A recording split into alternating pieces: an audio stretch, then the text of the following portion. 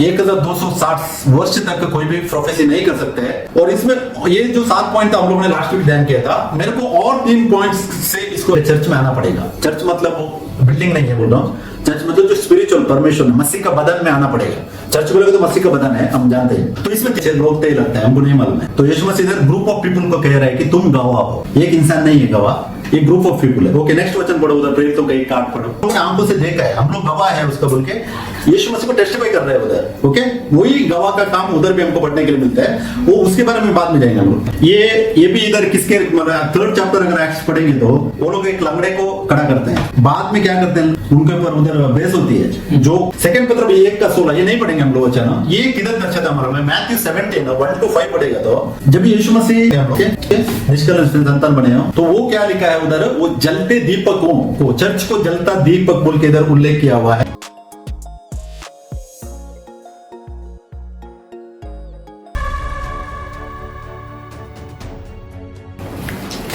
Praise the Lord, praise the Lord. Yeshu Masih के नाम से आप सब लोगों को वेलकम करता हूँ। हालेलुया। यीशु मसीह ही सच्चा परमेश्वर और अनंतकालिक जीवन है। आमीन। पहला यूहन्ना 5:20 वचन में क्लियरली वचन हमको मिलता है पढ़ने के लिए। तो गए हफ्ते में हम लोगों ने 2 विटनेसेस के बारे मतलब 2 गवाह के बारे में फर्स्ट पार्ट में थोड़ा बात ध्यान किया था। आज उसी का कंटिन्यूएशन और भी वचन भाग से हम लोग कंटिन्यू करेंगे पार्ट 2 में। तो पहले भाग में हमने प्रकाशित वाक्य 11 में लिखित 2 गवाहों के बारे में बाइबल वचनों का ध्यान पूर्वक अध्ययन किया और निष्कर्ष निकला कि मूसा और एलिया वो नहीं हो सकते क्योंकि बहुत सा वचन से हम लोगों ने थोड़ा पॉइंट्स भी ध्यान किया था। तो और उसमें आगे बढ़ने से पहले मैं एक बार उसको पॉइंट्स फिर से रिवाइज करना चाहता हूँ। हम लोगों ने ध्यान किया था कि पहला पॉइंट, मूसा और एलिया परमेश्वर की नया नियम के उद्धार योजना मतलब साल्वेशन प्लान का हिस्सा नहीं है बोल के हम लोग ध्यान किया। दूसरा पॉइंट ध्यान किया था कि परमेश्वर ने इस्राएल को 70 सप्ताह का समय दिया था, जो स्टीफन की शहादत मतलब उसको जो मारा दिया जाता है AD 34 में इसका समय पूरा हो गया बोल के हम लोग ध्यान किया था। और तीसरा पॉइंट उसमें ध्यान किया था कि अभी के इस्राएल को पुराने नियम की तरह कोई विशेष अनुग्रह काल नहीं दिया गया। हम लोगों को गलतियों पौलुस ने बोला था 4:21 से 31 तक पढ़ने के टाइम में उधर हमको पढ़ने के लिए मिलता है कि आज का जो इस्राएल को हाजिरा मतलब हैगर की संतान के समान बोल के लिखा बोला है पौलुस के द्वारा। और जबकि सच्चा कलीसिया जो चर्च को मतलब हमको अभी क्या किया है सारा की संतान बोल के कहा गया है। तो इसमें भी उसको वो पॉइंट एक मिलता है हमको। और 4वां पॉइंट हम लोगों ने ध्यान किया था कि लूका 16:16 में यीशु ने घोषणा की कि व्यवस्था और भविष्यद्वत्व यूहन्ना बपतिस्मा देने वाले तक थे बोल के हम लोगों ने वो वचन भी ध्यान किया। और 5वां पॉइंट हम लोगों ने ध्यान किया था पतरस यूहन्ना याकूब को एक दर्शन में जो ताबोर पर्वत मतलब माउंट ताबोर पर एक स्वर्गीय वाणी सुनाई दी कि जिसने कहा इसकी सुनो, मतलब उधर यीशु मसीह को टेस्टिफाई होता है और बोलते हैं कि यीशु मसीह को सुनने के लिए नया नियम में। और ये दर्शाता है कि यीशु मसीह नया नियम के सबसे महान भविष्यद्वक्ता है बोल के हम लोग ध्यान किया था। और 6वां पॉइंट हम लोगों ने उसमें देखा था कि जब सबसे महान भविष्यद्वक्ता यीशु मसीह इस संसार में प्रकट हो चुके हैं तो उनके बाद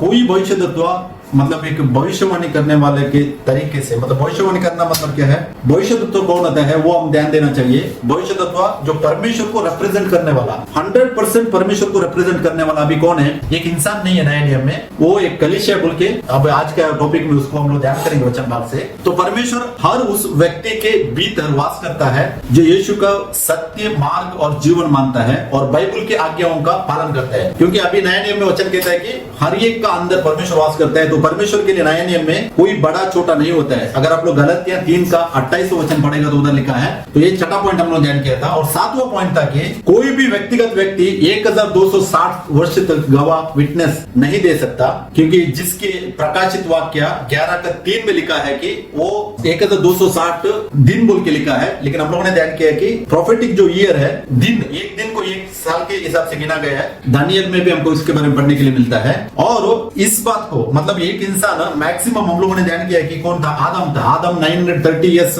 जिया था। और उसके बाद सबसे ज्यादा जिया हुआ इंसान कौन है, मेथुशेलह है जो 969 ईयर्स तक। उसके बाद परमेश्वर बाद में आगे आकर उधर क्या करते हैं 120 करते हैं ये लिमिट इंसान का, क्योंकि पाप की वजह से। वही अगर हम लोग भजन संगीत उसका 90 का 10वां वचन पढ़ेगा तो उसके अनुसार मानव जीवन का जो अभी का अवधि है 70 70 से 80 साल बोल के हमको स्पष्ट मालूम पड़ता है। तो एक इंसान 1260 वर्ष तक कोई भी प्रोफेसी नहीं कर सकते है। और इसमें ये जो 7 पॉइंट था हम लोगों ने लास्ट वीक ध्यान किया था, मेरे को और 3 पॉइंट्स से इसको ऐड करना चाहता हूं मैं। उसमें पहला पॉइंट है प्रकाशित वाक्य 11:8 कहता है कि 2 गवाहों के शव उस बड़े नगर चौक में पड़े रहेंगे जिसे सोदोम और मिस्र के रूप में प्रतीकात्मक रूप से वर्णित किया गया है। मतलब 2 शव पड़ा रहेंगे बोल के वचन लिखा है, प्रकाशित वाक्य 11:8 में है। जहां उनका प्रभु क्रूस पर चढ़ाया गया बोल के भी इधर लिखा है। और गुप्त उठा लिए जाने, जो लोग सीक्रेट रैप्चर प्रीच करते हैं, वो लोगों का सिद्धांत के दावा है क्या, जो गवाह का शव है ना वो इजराइल में पड़े रहेंगे बोल के वो लोग बोलते हैं। मतलब इजराइल के लिए टेस्टिफाई करेंगे और इजराइल में उनका शव पड़े रहेंगे बोलते हैं। लेकिन इधर जो हम लोगों ने पॉइंट पढ़ा, वो जो शहर के बाहर बोल के वचन लिखा है, वो लोगों का शव पड़ा रहेगा बोल के हम लोगों ने पढ़ा, वो उधर पढ़ सकते हैं हम लोग। लेकिन बाइबल स्पष्ट रूप से कहता है कि उनके शव इजराइल के बाहर सार्वजनिक स्थान पर पड़े रहेंगे। मतलब कि इजराइल का बाहर यीशु मसीह किधर पड़ा था, अगर हम लोग वचन ध्यान करेंगे तो हमको क्लियरली मालूम पड़ता है कि इजराइल का गेट के बाहर यीशु मसीह को क्रूस में चढ़ा देते हैं। उसको एक रीजन भी है, वो अभी उसमें नहीं जाएंगे, बाद में ध्यान करेंगे। तो जहां यीशु को क्रूस पर चढ़ाया गया था, यह गुप्त उठा लिया जाने का सिद्धांत की गलत व्याख्या को उजागर करता है। मतलब वो अगर गुप्त उठा लिया लोगों का जो प्रीचिंग क्या है कि वो लोग बोलते हैं कि 2 शव इजराइल में पड़े रहेंगे, लेकिन वचन कहता है कि इजराइल में नहीं है, इजराइल का बाहर पड़े रहेंगे बोल के वचन स्पष्ट कह रहा है उधर। उसके बारे में हम लोग आगे आने वाले दिनों में ध्यान करेंगे। और इसमें दूसरा पॉइंट मैंने नोट किया कि बाइबल यहाँ बड़े नगर को, मतलब उधर 11:8 में अगर पढ़ेंगे तो उधर बड़ा नगर बोल के उल्लेखित किया हुआ है, ग्रेट सिटी बोलते हैं, उल्लेख कर रही है।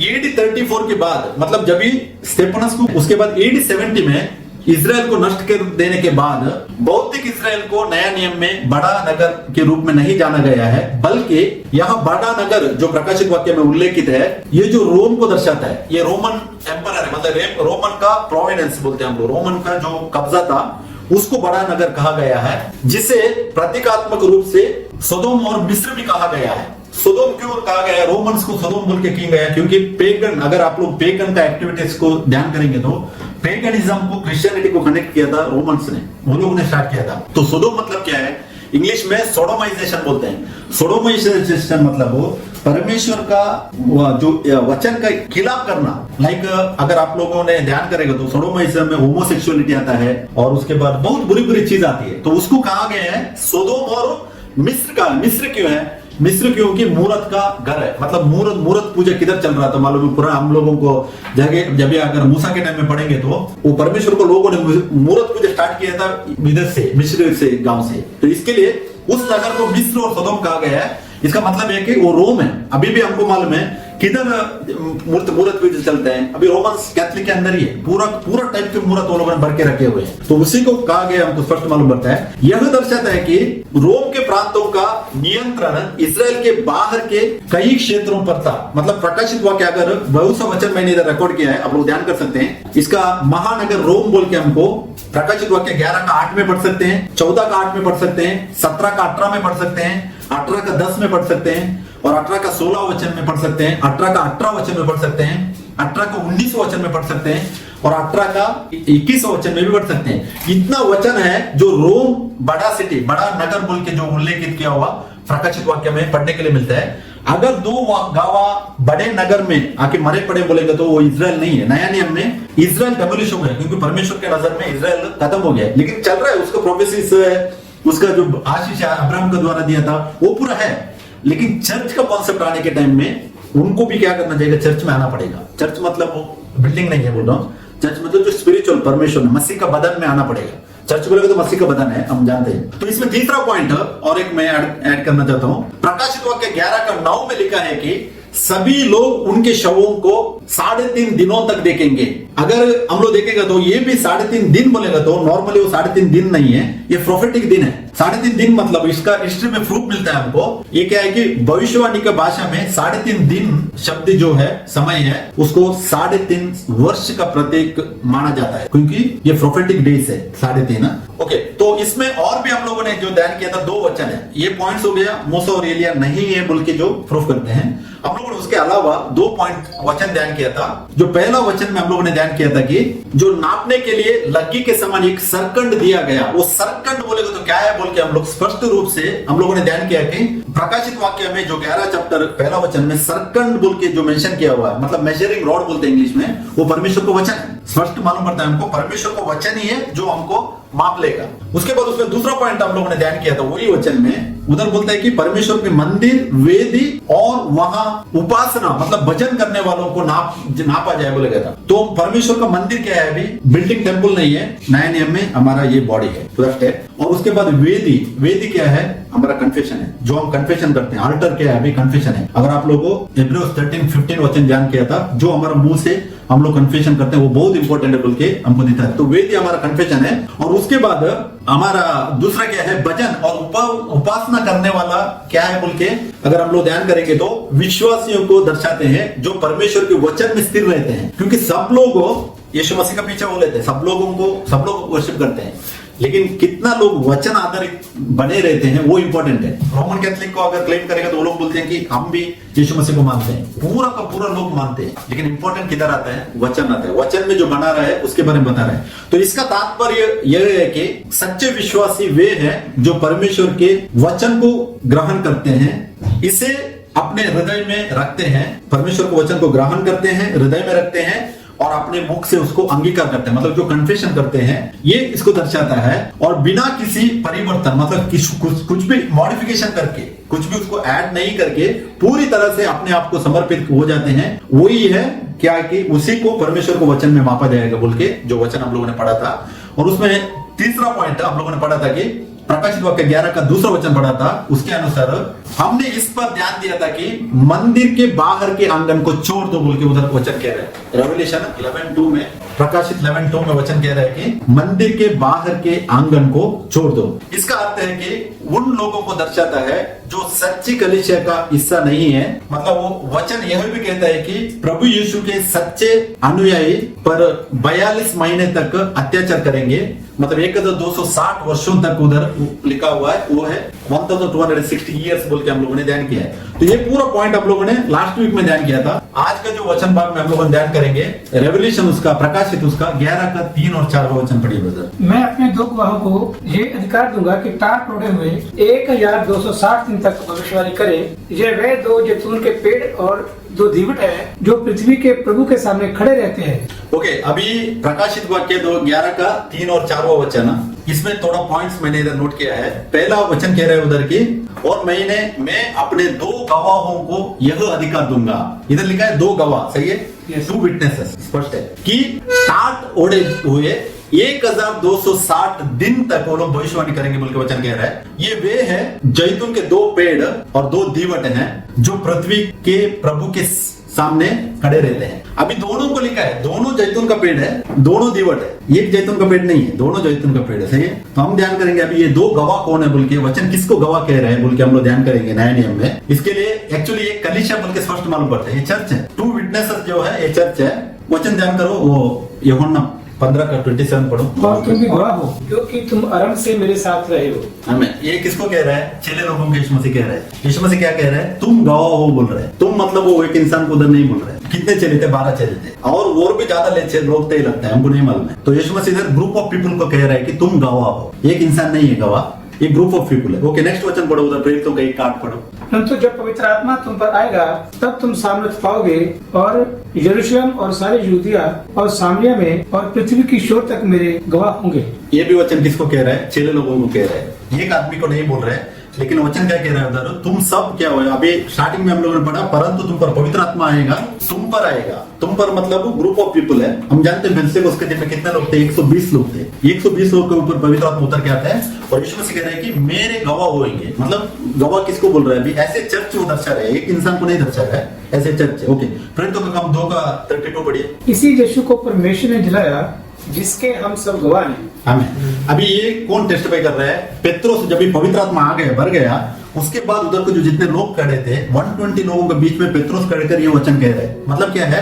वो क्या कह रहा है इधर वो बता रहे हैं कि यीशु मसीह को कैसा क्रूसीफाई किया और वो पुनर्जीवित हो गया, उसके बारे में वो टेस्टिफाई कर रहे हैं। और वो बोल रहे हैं कि इसी यीशु को परमेश्वर ने जिलाया जिसके हम सब गवाह बोलते हैं, मतलब हम लोगों ने आंखों से देखा है, हम लोग गवाह है उसका बोल के यीशु मसीह को टेस्टिफाई कर रहे हैं उधर। ओके, वही गवाह का काम उधर भी हमको पढ़ने के लिए मिलता है, वो उसके बारे में बाद में जाएंगे हम लोग। प्रेरितों का काम 3:15 भी पढ़िए। और तुमने जीवन के कर्ता को मार डाला जिसे परमेश्वर ने मरे हुए में से जिलाया, और इस बात के हम गवाह हैं। ये भी इधर किसके 3rd चैप्टर अगर एक्ट्स पढ़ेंगे तो वो लोग एक लंगड़े को खड़ा करते हैं, बाद में क्या करते हैं उनके ऊपर उधर बहस होती है, जो किसके साथ, जो जूइश लोग थे, जूइश लोग और चेलो लोग उनके बीच में टेस्टिफाई होता है। इधर भी क्या करते हैं, हम उसका गवाह बोलते हैं, यीशु मसीह को वापस वो लोग टेस्टिफाई कर रहे हैं, कौन है, चेले लोग हैं। उसके बाद प्रेरितों को 5:32 पढ़िए। और हम इन बातों के गवाह हैं, और पवित्र आत्मा भी जिसे परमेश्वर ने दिया है, जो उसी की आज्ञा मानते हैं। आमीन। ये 5 का अध्याय किधर टेस्टिफाई होता है, मतलब सिनागोग में। सिनागोग क्या है, जो उनका टेंपल है, अभी भी है वो। उधर भी वो लोग किसके साथ है, प्राचीन का जो लोगों को, उनको बाइबल में एक्ट्स में लिखा हुआ है, उनको हिरी सभा बोल के बोला हुआ है, मतलब प्राचीन ग्रुप वो बोल सकते हैं हम लोग। तो इनके सामने ये लोग उधर टेस्टिफाई हो रहे हैं कि हम इन बात के गवाह हैं, मतलब वो लोग पूरा क्या कर रहे हैं, यीशु मसीह का जी उठने का, मतलब मरने का, उसका टेस्टिफाई कर रहे हैं उधर। वो लोग बोल रहे हैं कि हम गवाह हैं। वो ये एक नहीं है उधर, पेत्रस के साथ और भी था, कौन था उधर, दूसरे भी लोग थे, हमको हम जानते हैं उसको। ओके, उसके बाद 10:39 पढ़िए। ये हो गया यरूशलेम में टेस्टिफाई किया पहले, उसके बाद 10:39 पढ़िए। और हम उन सब कामों के गवाह हैं जो उसने यहूदिया के देश और यरूशलेम में भी किए, और उन्होंने उसे काट पर लटका कर मार डाला। 10th चैप्टर है कोर्नेलियस को, अन्य जाति का लोगों को पहले सुसमाचार जाता है, सही है। इधर भी कोर्नेलियस के सामने पेट्रोस क्या बोलता है कि हम इन सब कामों का गवाह है। वो उधर पूरा बताता है कैसा कैसा हो गया बोल के, उसके बाद बोलते हैं हम उसकी चीज का गवाह है बोल के, वो उधर क्लियरली बता रहा पेट्रोस। उसके बाद 20-15 में पढ़ेंगे तो पढ़िए। क्योंकि तू उसकी ओर से सब मनुष्य के सामने उन बातों का गवाह होगा तू जो तूने देखी और सुनी है। ये जो पौलुस क्या कह रहा है, अनन्या के बारे में कह रहा है कि अनन्या ने ये बात उसको कहा था कि उन बातों का गवाह होगा बोल के पौलुस को कह रहा है। और पौलुस इसको मेंशन कर रहा है 22nd चैप्टर में, एक्चुअली वो हो गया था 9th चैप्टर में। ओके, इधर मेंशन कर रहे हैं कि तुम गवाह होना चाहिए बोल के अनन्यास के द्वारा परमेश्वर बता रहा है। और 23:11 में पढ़िए, उधर है। उसी रात प्रभु ने उसके पास आके खड़े होकर कहा, हे पौलुस ढांढस बांध, क्योंकि जैसा तूने यरूशलेम में मेरी गवाही दी, वैसी ही तुझे रोम में भी गवाही देनी होगी। आमीन। इधर पौलुस को यीशु ये कौन कहता है, यीशु मसीह स्वयं उसको दर्शन देकर बोलते हैं, सही है। उस रात प्रभु ने उसके पास खड़े होकर कहा कि हे पौलुस ढांढस बांध, क्योंकि जैसा तूने यरूशलेम में मेरी गवाही दी। यरूशलेम ऑलरेडी किसने टेस्टिफाई किया, पौलुस ने। किधर बहुत मार, हमको मालूम है, अगर पढ़ेंगे तो बहुत मार खाता है वो, बहुत कुछ होता है। उसके बाद यीशु मसीह क्या कहते हैं उधर, तुम रोम में भी मेरी गवाही देनी होगी। रोम मतलब वो, ये सिर्फ रोम नहीं है, रोम मतलब वो पूरा प्रोविंसेस आता है, मतलब रोमन्स किधर कंट्रोल कर रहे थे, उनका रूलिंग था, मतलब अन्य जाति को दर्शाता हमको, जो जेंटाइल्स है उनको टेस्टिफाई होने के लिए इधर दोनों के बारे में, दोनों प्लेसेस, मतलब दो ग्रुप्स के बारे में बता रहे परमेश्वर। यरूशलेम जो है जूइश लोग हैं, उसके बाद जो बाहर रोमन प्रोविंसेस है जो जेंटाइल्स है, बोल रहे हैं कि दोनों के लिए तुम गवाह बनने का बोल के बोल रहा है, उनके लिए भी तुम गवाह बनने का बोल के यीशु मसीह स्वयं किसको बोल रहा है, पौलुस को बोल रहा है। तो एक्चुअली ये क्या है, पौलुस क्या कर सुसमाचार प्रचार करेगा, चर्च को रेस कर रहा था, उसका काम नेक्स्ट स्टार्ट है अभी, तो उसके लिए वो टेस्टिफाई कर रहे हैं। ओके, सेकंड पत्र 1:16 ये नहीं पढ़ेंगे हम लोग, अच्छा ना, ये किधर दर्शाता हमारा में मैथ्यू 17:1-5 पढ़ेगा तो जब यीशु मसीह टेस्टिफाई होता है, मूसा, एलिया और यीशु तीनों का रूपांतर, वो एक्चुअली रूपांतर फिजिकल रूपांतर नहीं है, उधर लिखा है विजन। विजन मतलब वो एक दर्शन दिखाने का। वो किसको दिखाया था, साइमन पीटर को, याकूब और यूहन्ना को। जब वो दर्शन दिखाने के टाइम में उधर टेस्टिफाई होता है क्या है कि वही वचन को इधर वो सेकंड पीटर में 1:16 में वो कह रहे हैं कि हम लोग उसका आई विटनेस बने। किसका, यीशु मसीह का, कि यीशु मसीह को टेस्टिफाई किया था बोल के आई विटनेस बने बोल के बोलते हैं। और प्रकाशित वाक्य 24 पढ़िए। फिर मैंने सिंहासन देखे और उन पर लोग बैठ गए और उनको न्याय करने का अधिकार दिया गया, और उनकी आत्मा को भी देखा जिनके सिर यीशु की गवाही देने और परमेश्वर के वचन के कारण काटे गए थे, और जिन्होंने ना उस पशु की और ना उसकी मूर्ति की पूजा की थी और ना उसकी छाप अपने माथे और हाथों पर ली थी। वे जीवित होकर मसीह के साथ 1000 वर्ष तक राज्य करते रहे। आमीन। ये वचन किसका है, फर्स्ट रिजरेक्शन का है, सही है। 20 का 4, 5, 6 पढ़ेगा तो पहला रिजरेक्शन के बारे में बात करता है। और उसमें इधर क्या लिखा है, जिनके सिर यीशु की गवाही देने और परमेश्वर के वचन के कारण काटे गए थे। मतलब क्या है, ऑलरेडी पूरा टेस्टिफाइड लोग है। कितना लोग है, वो एक दोनों के बारे में बात नहीं कर रहे। हमको मालूम है स्टार्टिंग में तो 6 लोग पूरा मर गए, उसके बाद जब भी रोमन का कंट्रोल स्टार्ट हो गया ना, रोमन कैथलिक का, वो लोगों ने तो कितना लोगों को काटा हुआ है। ये पूरा का जो गवाह ऑलरेडी है, जमा है, वो लोग इधर वचन वही कह रहे हैं कि जिनके सिर यीशु के गवाह देने ऑलरेडी कुर्बान हो गए थे और परमेश्वर के वचन के कारण काटे गए थे। किसके लिए काटा गया था उसका आगे देखिए। और जिन्होंने ना उस पशु की, पशु मतलब क्या है, राजा, हम लोगों ने ध्यान किया है, किंगडम और किंग बोलते हैं, पशु उसी को दर्शाया है, और ना उसकी मूरत की पूजा की। अभी मूरत कौन सा है, मूरत की कैसा पूजा कर सकते हैं, एक तो फिजिकल मूरत हो गया, दूसरा मूरत जो है माइंड में रखने का भी है। अभी फॉर एग्जाम्पल ये किसकी बात कर रहे हैं कि एक इंसान का जो कंट्रोलिंग पावर को, जो है पोप है, हमको मालूम है पोप ही कंट्रोल कर रहे हैं ना, तो वो इधर वचन कह रहे हैं कि उसकी मूरत की पूजा की थी और ना उसकी चाप अपने माथे पर और हाथ पर ली थी। माथे पर चाप लेना क्या है, माइंड में लेना है, और हाथ में क्या है, उसको लेके आगे बढ़ना है। लेते वे जीवित होकर मसीह के साथ 1000 वर्ष राज्य करेंगे। अभी सीक्रेट रैप्चर वाले बोलते हैं कि रैप्चर होने के बाद कष्ट काल आएगा, बाद में ये माथे पे डाल दिया जाएगा, सही है। लेकिन ये वचन के हिसाब से ऑलरेडी रिजरेक्शन में ये लोग आएंगे ना, ये पहले बोल रहे हैं माथे पे जो नहीं चाप लिया हुआ लोग इसमें है। वो किसको दर्शाता है, एक्चुअली वो फिजिकल 666 नहीं है। अभी फॉर एग्जाम्पल अभी इंडिया का गवर्नमेंट का रूलिंग हम लोग देखेंगे। अभी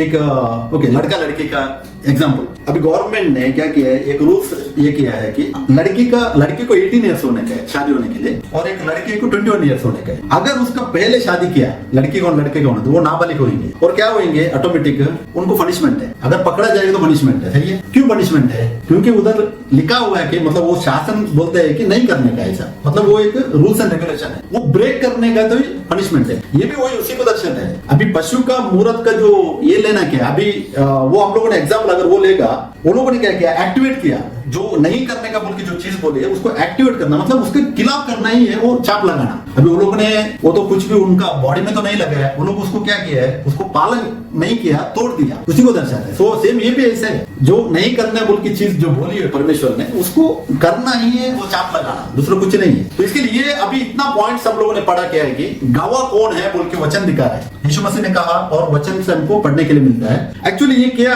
गवाह, जो 2 गवाह बोला हुआ है उधर, दो कलीसिया है, वो 2 चर्चेस से विटनेस बनता है, दूसरा कोई नहीं। एक इंसान नहीं है, नया नियम में एक इंसान नहीं बन सकता। स्पष्ट है, ग्रुप ऑफ पीपल है, चर्च बोलो ग्रुप ऑफ पीपल है। मत्ती 18 का 16 में पढ़िए, क्यों है बोल के ध्यान करेंगे। मैथ्यू 86। और यदि वह ना सुने तो और 1-2 जन को अपने साथ ले जा, कि हर एक बात को 2 या 3 गवाहों के मुंह से ठहराई जाए। आमीन। 2 या 3 गवाहों से मुंह से ठहराई जाए। ये मैथ्यू 18:16, डियोट्रोनॉमी 19:15 में भी सेम वचन है।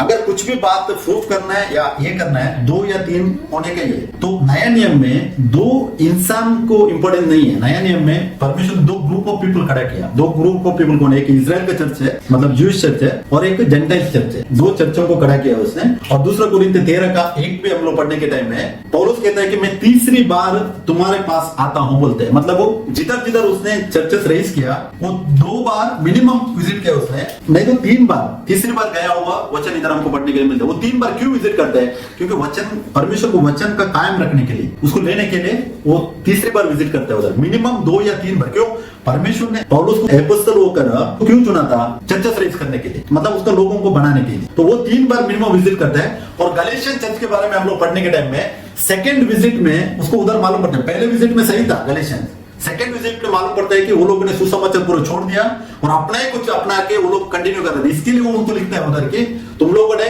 जो सुसमाचार मेरे द्वारा प्रचार किया था उसको छोड़कर दूसरा ही कुछ तुम लोग लेके आगे बढ़ रहे हैं, बल्कि उनको वार्निंग देते हैं उधर, वो हमको पढ़ने के लिए मिलता है। ओके, अभी इसको कहा गया हुआ है, ये 2 जो गवाह है वो 2 जैतून के पेड़ है और 2 दीवट भी है बोल के वचन कह रहे हैं, सही है।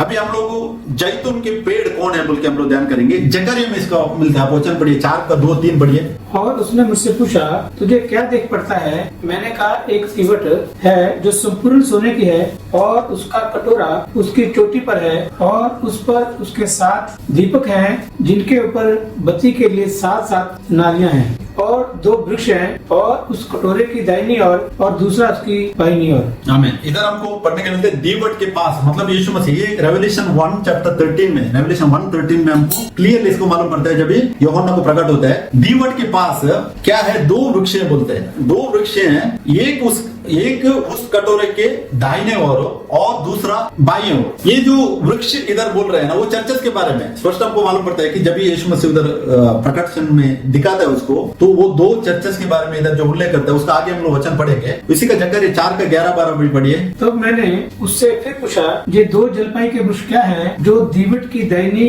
बाईं ओर है? हमें इधर भी क्या कह रहे हैं, दो जलपाई के वृक्ष। जलपाई वृक्ष मतलब ऑलिव ट्री है। ऑलिव ट्री को जो दीवट की दाहिनी और बाईं है, मतलब यीशु मसीह का दो साइड में बोल के, साइड मतलब ऐसा साइड नहीं है, यीशु मसीह ने चुना है दो चर्चेस को, दो ग्रुप ऑफ पीपल को चुना है। और ये किसको कंपेयर किया हुआ? ऑलिव ट्रीज को। ऑलिव ट्रीज को क्योंकि उसका बेस आता है एक से, बाद में देखो मैंने एक फोटो भी डाला है उधर, ऊपर जाने के बाद बहुत सा पत्ते हमको देख सकते हैं उसको, मतलब वो ऐसा दर्शा है, एक ग्रुप को इधर दर्शा रहे परमेश्वर।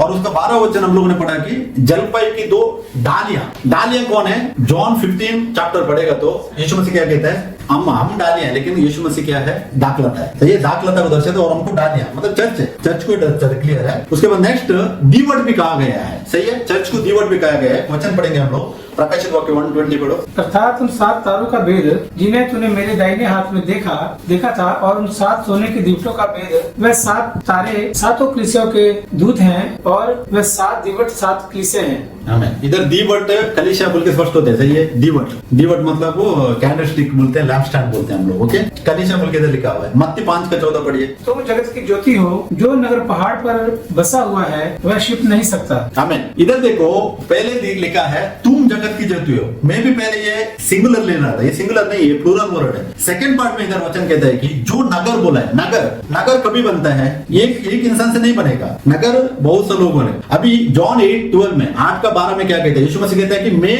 इस जगत की उजाला हूं, सही है, रोशनी मैं हूं बोला है। लेकिन इधर मत्ती 5:14 में यीशु मसीह कहता है कि तुम जगत की ज्योति हो। तुम बोलने के टाइम में एक इंसान को नहीं दिखा रहा है इधर। हाँ, तुम मतलब ज्यादा रहता है, सही है, हाँ, ओके। वो तुम जगत की ज्योति हो मतलब ऐसे चर्च, हम लोग जगत की ज्योति हैं। जो नगर पहाड़ पर बसा हुआ है वह छिप नहीं सकता, मतलब एक ग्रुप ऑफ पीपल को दर्शाता है। इधर ग्रुप ऑफ पीपल को यीशु मसीह बोल रहे हैं कि तुम जगत की ज्योति हो। ये किसको कहा था? एपोस्टल को। 12 अपोस्तल थे उसके साथ, उनको, मतलब एक इंसान को नहीं कहा था उसने, स्पष्ट है, ओके। यूहन्ना 5:35 पढ़िए। वह तो यूहन्ना बपतिस्मा देने वाला जलता और चमकता हुआ दीपक था, और तुम्हें कुछ देर तक उसकी ज्योति में मगन होना अच्छा लगा। हमें इधर यूहन्ना बपतिस्मा को क्लियरली कह रहे हैं कि तुम जलता और चमकता हुआ दीपक था बोल रहे, ओके। और सेकंड पार्ट देखिए, तुम्हें कुछ देर तक, मतलब क्या है? सुसमाचार के लिए परमेश्वर ने उसको चुना था, सुसमाचार देने के लिए, रोशनी लाने के लिए उसने चुना था। उसको इधर दर्शाता है कि यूहन्ना के उधर से स्टार्ट हो गया था, सही है। परमेश्वर का रास्ता किसने तैयार किया था? स्नानिक यूहन्ना ने, हम जानते हैं, ओके। फिलिप्पियों 2:15 पढ़िए। ताकि तुम निर्दोष और भोले होकर टेढ़े और अठीले लोगों के बीच में निष्कलंक संतान बने रहो, जिनके बीच में तुम जीवन का वचन लिए हुए जगत में जलते दीपकों के लिए दिखाई देते हो। हमें एक भी चर्च के लिए लेकर है। इधर पौलुस क्या कहता है? तुम बोल रहे हैं, तुम मतलब ग्रुप ऑफ पीपल है। फिलिप्पियों जो चर्च का लोगों को लिख रहा है, और बोलते हैं कि निर्दोष और भोले होकर टेढ़े और हठी लोगों के बीच में, मतलब जो लोग है ये दुनिया, उसके बीच में तुम लोगों को परमेश्वर के निष्कलंक संतान बने हो। निष्कलंक संतान, चर्च, ओके, निष्कलंक संतान बने हो। तो वो क्या लिखा है उधर? वो जलते दीपकों को, चर्च को जलता दीपक बोल के इधर उल्लेख किया हुआ है। एफिसियों 5:8 भी पढ़िए। क्योंकि तुम तो पहले अंधकार थे, परंतु अब प्रभु में ज्योति हो, सो ज्योति की संतान ही की नहीं चलो। तो इधर भी चर्च को कह रहे हैं, एफिशिएंट फुल चर्च को बोल रहे हैं कि तुम तो पहले परमेश्वर के क्या थे? अंधकार थे, परंतु आप क्या है? प्रभु में ज्योति हो। चर्च है फुल, दो एक इंसान नहीं है, ओके। नेक्स्ट 1 थिस्सलुनीसियों 5:5 में भी, क्योंकि तुम सब ज्योति की संतान और दिन की संतान हो, हम ना रात के हैं और ना अंधकार के। थिस्सलुनीसियों का चर्च को बोल रहे हैं इधर, तुम वापस प्लूरल ज्योति की संतान हो, और क्या है? दिन की संतान हो। ज्योति मतलब उजाला देने वाला। अभी लैम्प स्टैंड मतलब कैंडलस्टिक क्या है? उजाला देने के लिए। उजाला क्या है? हम उजाला है। अगर आप लोग, मेरे को लगता है प्रूफ 20:27 में वचन है कि हम परमेश्वर के दीपक है, सही है, हमको परमेश्वर ने दीपक बनाए। वही वचन इधर हमको पूरा पढ़ने के लिए मिल रहा है। तो अभी एक जो गवाह बोलेगा तो एक इंसान नहीं है, हम ध्यान देने के, one group of people, full church को दर्शा रहा है। लैम्प स्टैंड का एक मैंने पिक्चर डाला है, वो छोड़ो, वो सिर्फ रेफरेंस के लिए। तो हम लोगों ने देखा कि वो क्या जैतून का पेड़ है और दीवट दोनों है, एक साथ दोनों को दर्शा रहा है। और जैतून का पेड़ बोलेगा तो कलीसिया है, ऑलिव ट्रीज को दर्शाता है। पौलुस ने कहा हुआ रोमन्स 11:17 पढ़िए नेक्स्ट। और यदि कोई एक डाली तोड़ दी गई तो तू जंगली जलपाई होकर उनमें से साटा गया, और जलपाई कि जड़ की चिकनाई का भागी हुआ है। हमें इधर रोमन्स 11 चैप्टर पढ़ेगा तो पौलुस क्लियरली कह रहे हैं कि क्यों इजराइल लोगों को परमेश्वर ने छोड़ा है बोल के इसमें एक्सप्लेन किया है। और इधर क्या कहता है वो, और यदि कई एक डाली तोड़ दी गई और तू जंगली जलपाई मतलब ऑलिव ट्री, जंगली ऑलिव ट्री था, ओके, जंगली ऑलिव ट्री होकर उनमें से साटा गया ना मतलब कसी करते मतलब खराब वाला करता है। हाँ, तो हम लोग वो ट्री को, कौन जो इजराइल का ट्री है उसको हम लोग हमको साटा गया है।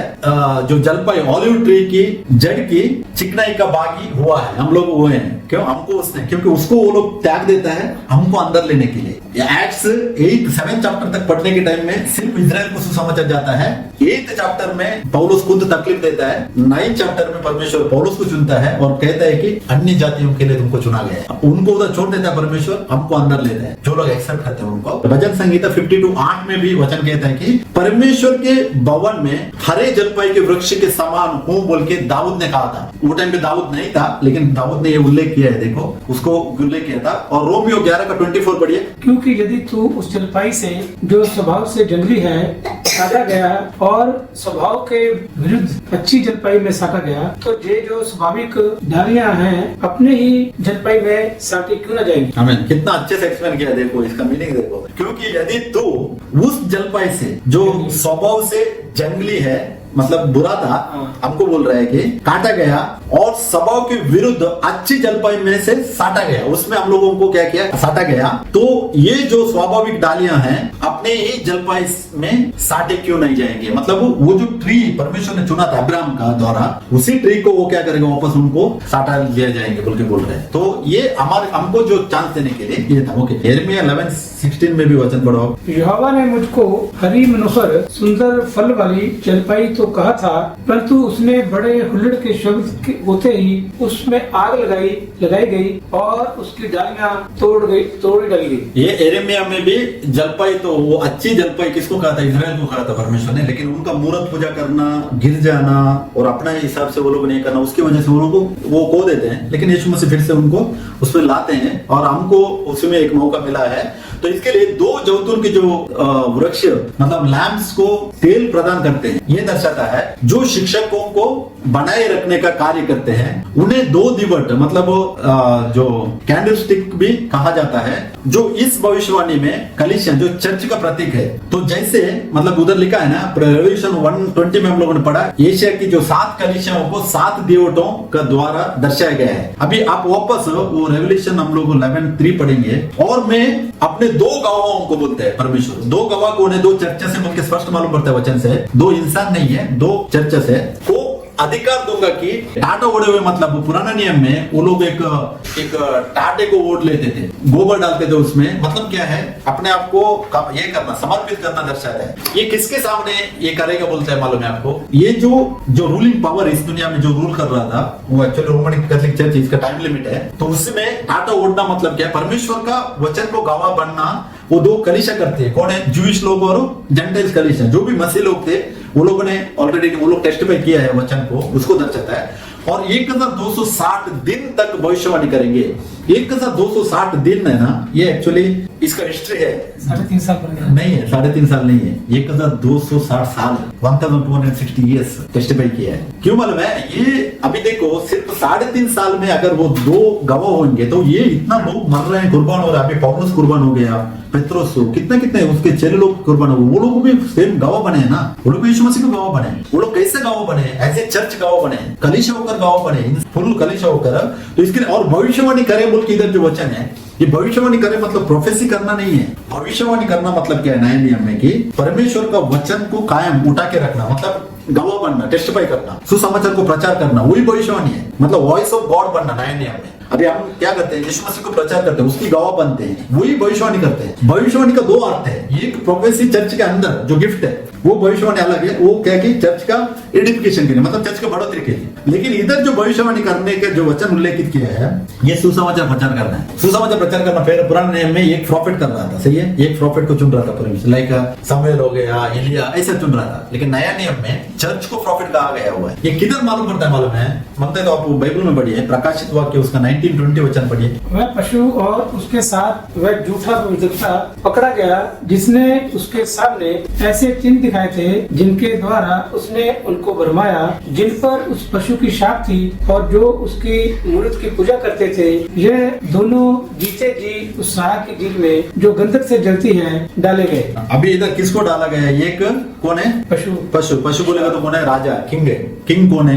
ये वो एक इंसान नहीं है एक्चुअली, वो जो पोजीशन में बैठता है वो पूरा आता है। एंटीक्राइस्ट नहीं है, अभी एंटीक्राइस्ट नहीं बोल सकते क्योंकि शैतान को बाद में डाला दिया जाता है। ये पावर रूलिंग पावर है इस दुनिया का। कौन है वो? अभी रूलिंग कर रहे हैं क्रिश्चियन वर्ल्ड में, पोप ही रूलिंग कर रहे हैं। पोप बोलने के टाइम में एक पर्सन नहीं आएगा, इतना सालों में रूलिंग कर रहा है। वो पोजीशन में जो बैठा है वो सब आते हैं, लेकिन उधर लिखने के टाइम में एक को लिखा है। सही है, ये दोनों जीते जी हाँ उस साग की झील में डाले गए। हाँ, स्टार्टिंग में 19-20 में क्या पढ़ा है? पढ़ो और एक बार। वह पशु और उसके साथ, क्या लिखा है? वो पशु और उसके साथ वह झूठा भविष्यद्वक्ता। झूठा भविष्यद्वक्ता कौन है एक्चुअली? झूठा भविष्यद्वक्ता है चर्च है, झूठी चर्च शिक्षा। हाँ, वो भविष्यद्वक्ता कहा गया है चर्च को है, नया नियम। इंसान नहीं, एक इंसान नहीं है। अगर एक इंसान है तो कितना अच्छा था, एक इंसान को डाल देना फिनिश है। एक इंसान नहीं है, भविष्यद्वक्ता तो एक बोलेगा तो वो एक चर्च है, पूरा चर्च को कहा गया है। तो इधर भी हम लोगों ने क्या किया? 11 का पढ़ा था कि भविष्यवाणी करते हैं, वही भविष्यद्वक्ता है। कौन? चर्च भविष्यवाणी कर रहे हैं, परमेश्वर का टेस्टिफाई कौन कर रहे हैं? चर्च है। और 4 में पढ़ा था कि वो दो जो है ना गवाह, 2 जैतून का पेड़ है और वो 2 दीवट भी है। दीवट कौन है?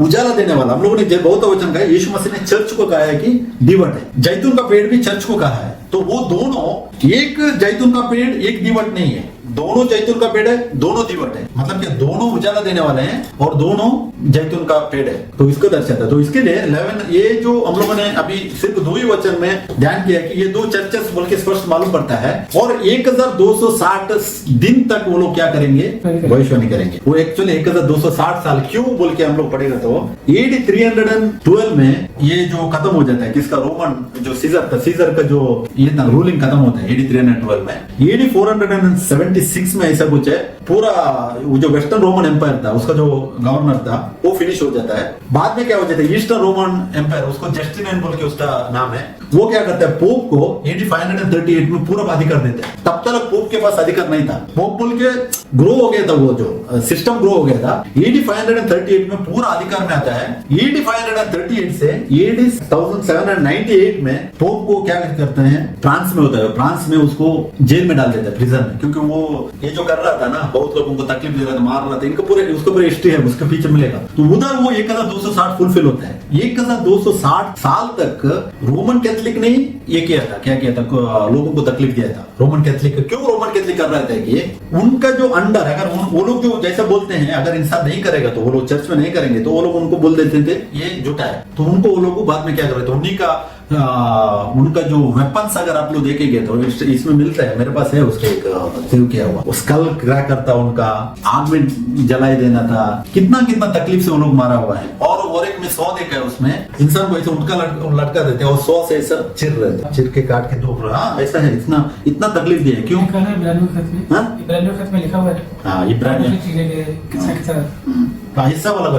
लेकिन वो टाइम पीरियड उधर ही क्यों मेंशन किया? अभी देखेगा तो पौलुस भी मैट्रेस हो गया, पेत्रस, ये लोग पूरा मैट्रेस हो गया, लेकिन उधर तक AD 300 तक चर्च क्लियर था। चर्च क्या था? परमेश्वर यीशु मसीह बोल के वो लोग आराधना कर रहे थे। रोमन का जो ट्रेडिशन जब भी ऐड हो गया ना क्रिश्चियनिटी में, उधर से लेकर जिधर तक पोप ने अधिकार चलाया, उसके बीच में जो लोगों को भी काटा है ना, उनको गवाह बना बोल के इधर वचन दिखा रहे 1260 ईयर्स। वो 2 गवाह है, और वो 2 गवाह प्रकाशित 24 में हम लोगों ने देखा ऑलरेडी वो लोग उठने वाले हैं जब भी फर्स्ट रिजरेक्शन में। तो फर्स्ट रिजरेक्शन जो है, एक ही रिजरेक्शन बाइबल बात करती है। और ये जो डॉक्ट्रिन पूरा ऐड किया था कौन सा? सीक्रेट रैप्चर, और उसके बाद मूसा और एलिया 2 गवाह बनेंगे, ये पूरा आया था रोमन कैथोलिक से, उन्हीं का ही बैच है। और अगर आप रेवोल्यूशन नॉर्मली ऐसा पढ़ने के लिए जाएंगे तो वो सही दिखेगा हमको, क्योंकि रेवोल्यूशन जो लिखा है वो साइंस एंड वंडर्स में, रेवोल्यूशन बुक को। फॉर एग्जांपल पशु बोलेगा तो एक्चुअली नॉर्मली वो पशु नहीं है, वो दानियल 7:23 में आपको पढ़ने के लिए मिलता है कि वो एक राजा है, किंग है।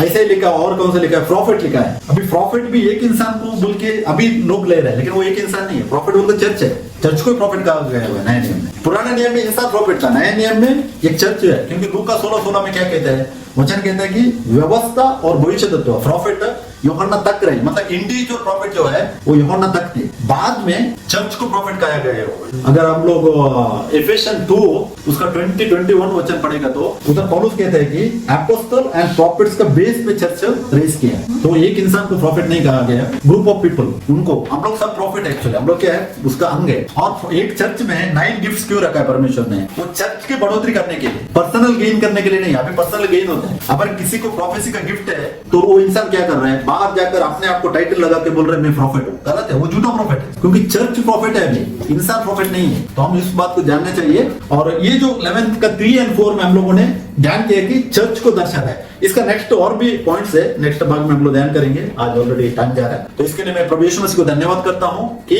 वचन भाग से कुछ सीखने के लिए प्रभु ने कृपा किया और आप लोगों के साथ शेयर करने का मौका दिया। इसके लिए यीशु मसीह को मैं धन्यवाद करता हूँ। आइए ब्रदर प्रेयर करेंगे।